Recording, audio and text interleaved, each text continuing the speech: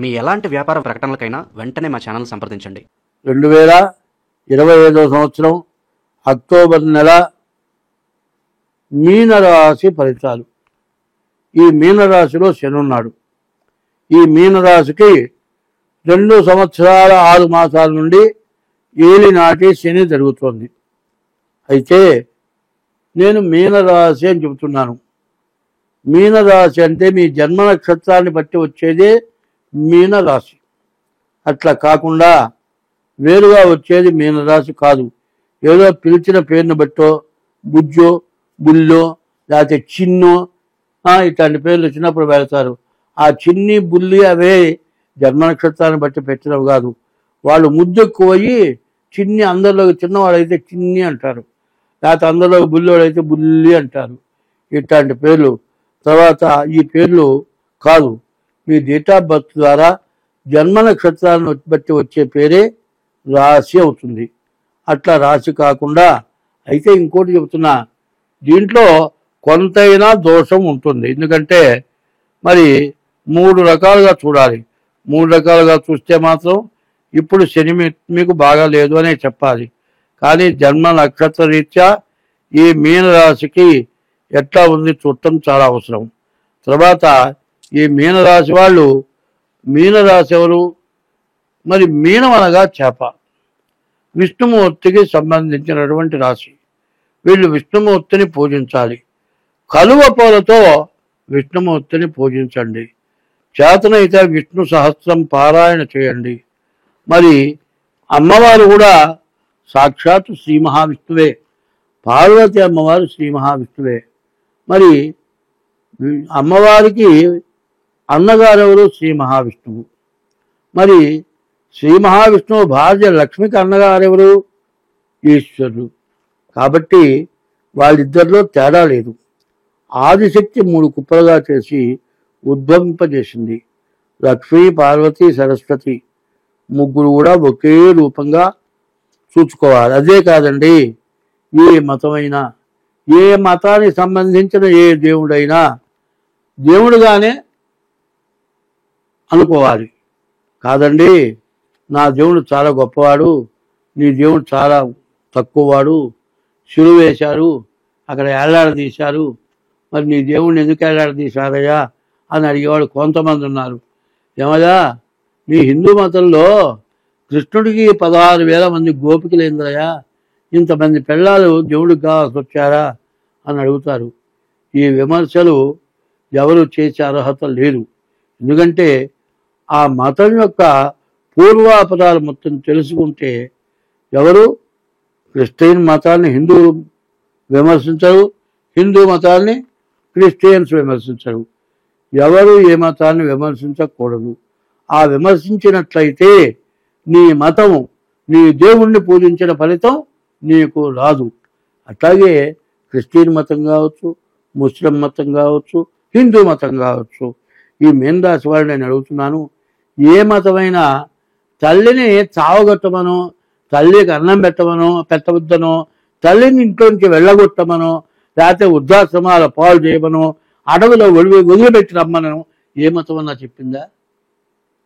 మరి ఏ మతం చెప్పనప్పుడు అన్ని మతాల్లో వాళ్ళు కూడా తీసుకెళ్ళి వృద్ధాశ్రమంలో, అనాథ శరణాలయాల్లో పడేసి, మరి బాగా చదువుకొని విదేశాల్లో ఉద్యోగం చేస్తూ కనీసం వృద్ధాశ్రమంలో పడేసి వాళ్ళు రోగం వచ్చినా డబ్బులు ఖర్చు పెట్టి వైద్యం చేయిస్తారు. కానీ వాళ్ళు నా కొడుకు కావాలి, నా కోడలు కావాలి, నా మనవడు కావాలి, వాళ్ళని తలుచుకొని రోగం పెరిగి చివరికి చస్తే ఫోన్ చేశాయా మీ అమ్మ పోయింది, లేకపోతే మీ నాన్న చచ్చిపోయినాడు, మరి రాజు అంటే నాకు ఇక్కడ సెలవు దొరకదండి, నేను రావాలంటే 3 రోజులు పడుతుంది. కాబట్టి ఎవరో వాళ్ళు వీడియో పెట్టండి, ఎవరో వాళ్ళు శవాన్ని బారేని నేను చూస్తా. సరే, ఇంతవరకు బాగానే ఉంది. తర్వాత కర్మకు వస్తావా అంటే నాకు సెలవు దొరకదండి, ఎవరో కూలి మనిషిని చేయించి పెట్టి కర్మ చేయించండి. పోనీ ఇల్లు వాకిలు ఉందయ్యా, అది పోనీ ఎవరికైనా ఇస్తా. అమ్మా, అది ఎట్లా ఇస్తాను, అది నాకు కావాల్సిందే. తల్లిదండ్రులు సంపాదించిన సంపాదన నీకు కావాలి.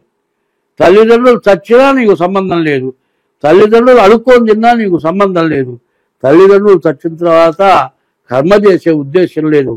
జీవతో వాక్యకరణం, తల్లిదండ్రులు బతుకున్నంత కాలం వాళ్ళు చెప్పినట్టు వినటం, ప్రత్యర్థం భూరి భోజనం, ప్రతి సంవత్సరం వాళ్ళ పేరు మీద కొంతమందికి భోజనం పెట్టడం, వ్యయాయాం పిండదానాచ్య, వ్యయకు వెళ్ళి పిండ ప్రదానం చేయటం, త్రిభి పుత్రశ్చ పుత్రత, బతుకున్నంత కాలం అన్నం పెట్టి చచ్చిన తర్వాత ఇవి చేయండి.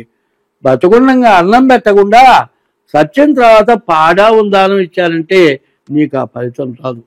ఈ పాపాలు, ఈ శని దోషాలు మీకు వస్తున్నాయి అంటే మీరు చేసిన పాపం వల్లే వస్తున్నాయి. ఏలినాటి శని దోషం రావటానికి కారకులు ఎవరయ్యా అంటే మీరు కానీ, మీ తల్లిదండ్రులు కానీ, మీ పిల్లలు కానీ చేసిన మహాపాపాల వల్ల ఏలినాటి శని, అష్టమ శని, ఆ టైంలో నష్టాలు రావటం, బతకటానికి మార్గం లేకుండా పోవటం, ఇవన్నీ జరగటానికి కారణం ఏమిటా అంటే మీరు చేసిన పాపమే మిమ్మల్ని హింసిస్తోంది. అది మాత్రం పూర్తిగా తెలుసుకోండి. పశ్చాత్తాపం, ప్రాయశ్చిత్తం. ఇది తప్పు చేశాను అనుకుంటే ఆ తప్పు చేసిన తర్వాత మళ్ళీ ఆ తప్పు చేయకుండా ఉండటం, అది పశ్చాత్తాపం.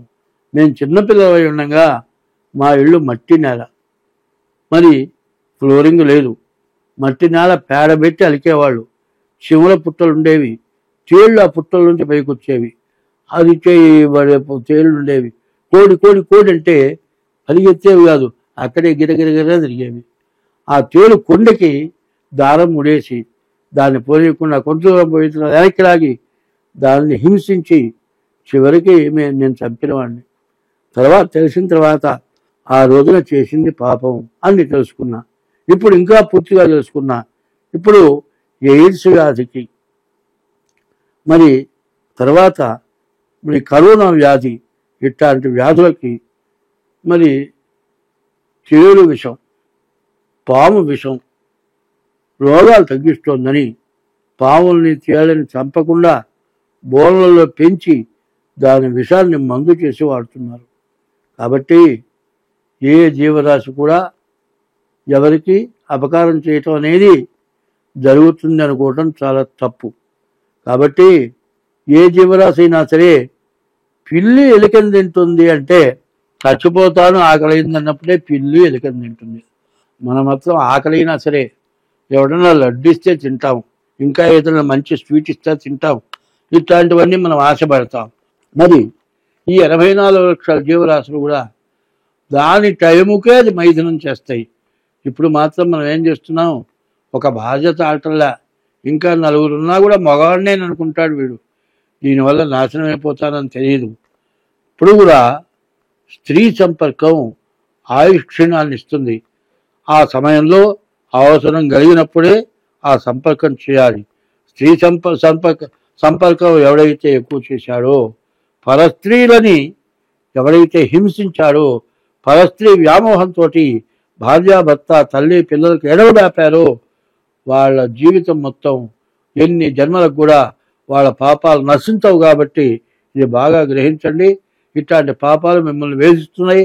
దీనికి తగిన దోషాలు పోవటానికి మా దగ్గర రకరకాలైన పూజలు ఉన్నాయి. అటువంటి పూజలు చేయిస్తాం. మీ జాతక చక్రాన్ని బట్టి ఏ దేవుడికి ఏ పూజ చేయాలో చేయిస్తాం. అట్లా మీకు చేయటం వల్ల మీకు ప్రయోజనం కలుగుతుంది. కావాలంటే మా నెంబర్ ఉంది 7801081946. ఈ నెంబరు 63006061 ఈ 2 నెంబర్లలో ఏ నెంబర్కైనా ఫోన్ చేసి మా జాతకం చెప్పించుకొని మీరు తగినటువంటి ఫలితాలు పొందండి. మరి ఇప్పుడు మేషం నుంచి మీనం వరకు చెబుతున్నాను. దసరా నవరాత్రులు వస్తున్నాయి. నవరాత్రులు నవగ్రహాలు, శరీరంలో నవరంధ్రాలు, ఇవన్నీ కూడా ఈ 9 చాలా ప్రత్యేకమైనవి. అమ్మలగన్నయమ్మ మూలమ్మల మూలపుటమ్మ చాలా పెద్దమ్మ అని అమ్మవారిని మించిన తల్లి ఇంకొకరు లేరు. కాబట్టి అమ్మవారి పూజ చేయించుకోండి. అమ్మవారి పూజ అంటే దసరా నవరాత్రులలోనే అమ్మవారి పూజ చేయించుకోవాలి. తర్వాత ఇప్పుడు కూడా రక్తవర్ణాన్ని కోరుతుంది ఆమె, అంతేగాని బలి వమని కోరటం లేదు ఆమె. బలి ఇవ్వటానికి దానికి తగిన శాక్తేయం అనే పూజలు ఉన్నాయి. ఆ శాక్తేయం చేసేవాళ్ళు బలిస్తారు. దసరా నవరాత్రులలో శివాలయంలో అమ్మవారి పూజ చేసిన చోట ఏ బలి ఇవ్వకూడదు. కనీసం కోడిని కూడా తీసుకొని ప్రదక్షిణం చేసి దాన్ని ఇంటికి తీసుకెళ్ళకూడదు. ఇట్లా చేసినట్లయితే దసరా నవరాత్రులు 10 రోజులు చేసిన పూజ మొత్తం ఈ హింసతో, జీవ హింసతోటి మీ పుణ్యమంతా పోతుంది. కాబట్టి దసరా నవరాత్రులు తర్వాత చివరికి దీపావళి పండుగ వస్తుంది. దీపావళిని దానికి అర్థం ఏంటంటే నరకాసురుడు అనేటువంటి రాక్షసుని అమ్మవారు సంహరించింది.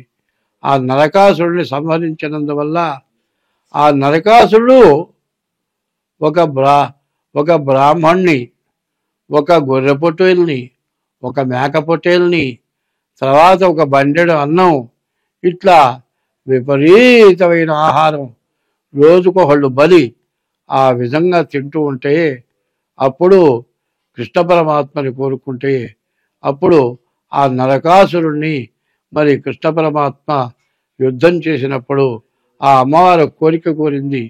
మరి యుద్ధంలో బండి చక్రవాగితే వేలు పెట్టి నడిపింది. నీ కోరిక తీరుస్తానన్నాడు. ఆ కోరిక ప్రకారం ఆ నరకాసురుడిని రాక్షసుడిని సంహరించడానికి నాకు అవకాశం ఇవ్వమని అడిగితే ఆ అమ్మవారు నరకాసురుడిని సంహరించింది. ఈ దసరా నవరాత్రులు పూజ చేసుకొని దీపావళి రోజున నరకాసురుడిని తగలబెట్టి మరి దీపాలు వెలిగించుకొని అందరం దీపం ఎందుకంటే మోక్ష మార్గం కాబట్టి మన పాపాలని నశించిపోవటానికి దీపం జ్యోతి పరబ్రహ్మం, దీపం జ్యోతి పరాయణం, దీపేనా హరది పాపం, సంధ్యాదీపం సరస్వతి అని ఆ దీపాలు వెలిగించుకొని మన పాపాలని తొలగింప చేసుకుంటానికి పార్వతి అమ్మవారు పరమేశ్వరుడు మనకిచ్చినటువంటి అవకాశం. అటువంటి అవకాశాన్ని అందరూ కూడా సద్వినియోగం చేసుకొని అమ్మవారిని పూజించి దీపావళికి నరకాసురుడిని పూజించి నరకాసుర సంహారం, నరకాసురుడు బొమ్మ తగలబెట్టి మరి తర్వాత దీపావళి మందులు కాల్చడం దీపావళి కాదు, విపరీతమైన మందులు కాల్చుకొని చేతులు తగలబెట్టుకొని ఈ మందులు కాల్చే షాపు మీద ఏ అవాయో పడి మందులు తగలబడిపోయి జనం చచ్చిపోయి ప్రమాదాలు జరుగుతున్నాయి. అటువంటి ప్రమాదకరమైన పనులు కాదు.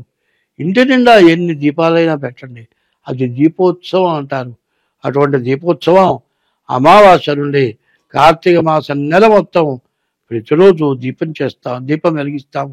ఆ దీపం వెలిగించి మరి అమ్మవారిని ఈశ్వరుని పూజిస్తాం.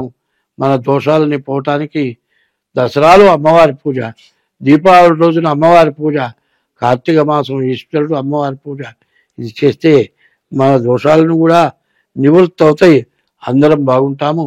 స్వస్తి.